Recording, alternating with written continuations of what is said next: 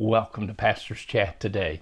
As we continue to look at the message in the book of Philippians, I want to talk about something that affects every believer. Even though God wants us to live with joy, there are so many things that can rob us of that joy if we're not careful. John 10:10 reminds us that Jesus said the thief has come to steal, to kill, and to destroy. Jesus said, but I have come that you might have life and have it more abundantly. Yes, if there's one thing the devil wants to steal from you, the thief wants to steal from you, that is the joy of your salvation. We find that Paul addresses several of these issues in the book and letter that he wrote to the church at Philippi. The first one we see is selfish ambition. In Philippians 2:3, Paul wrote, let nothing be done through strife or vain glory. When we become focused on our own recognition, our own success, our own importance, our joy will quickly disappear. We begin to live selfish, self-centered lives, making it all about me. And we live in a humanistic culture today, especially in America, that focuses on all about me. It's me that wants this. More, I want more. And so selfish ambition. Another joy stiller is complaining and arguing. Philippians 2:14 says, do all things without murmuring and disputings. As you read through the book of Proverbs, we're warned about this. A complaining spirit drains joy from our hearts and it spreads negativity to others. It only takes one bad apple in the basket to make all the other apples bad. The rot is contagious. And my friend, you know what happens when you start getting around negative, cantankerous, disputing, backbiting, tale-bearing people. The Bible warns much about it. When the tale-bearer is not in the midst of you, he says the fire will go out. Just like if you take the coals and separate them from one another. So let's be careful of that. I always have had a bad attitude problem toward those who have a bad attitude.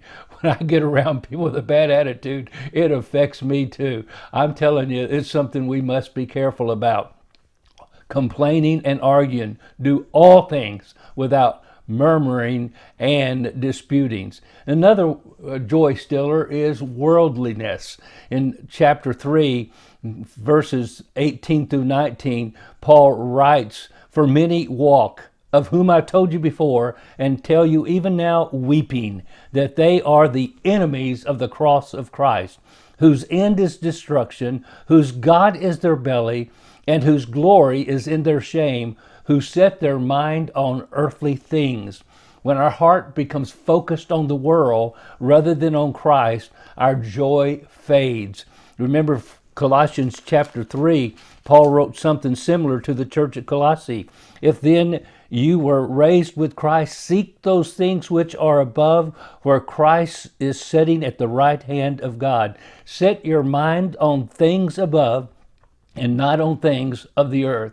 Remember what worldliness is. Worldliness is the society without God.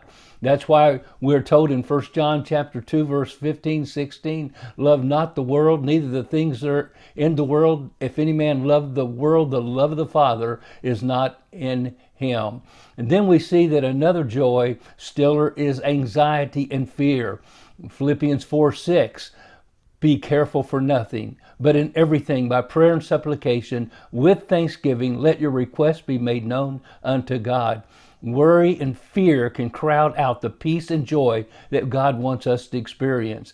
Worry is like a rocking chair. You can enjoy going back and forth, but my friend, it'll give you something to do, but it won't get you anywhere. Let's be careful about that. Then finally, Paul reminds us of the importance of guarding our thoughts. In Philippians 4:8, we are to think on things that are true and honest, just, pure, lovely, and of good report. My friend, if you're thinking about the things you should be thinking about, you won't be thinking about the things you shouldn't be thinking about. And that just goes to say, if you're where you should be, you can't be where you shouldn't be. When we fill our mind with right things, our hearts are strengthened and our joy increases. Oh, today, help us to understand there are some joy stealers and we need to be warned, and that's what Paul does. And we'll see in more detail as we study through the book in the days ahead. Well, God bless you, and you have a wonderful, wonderful day.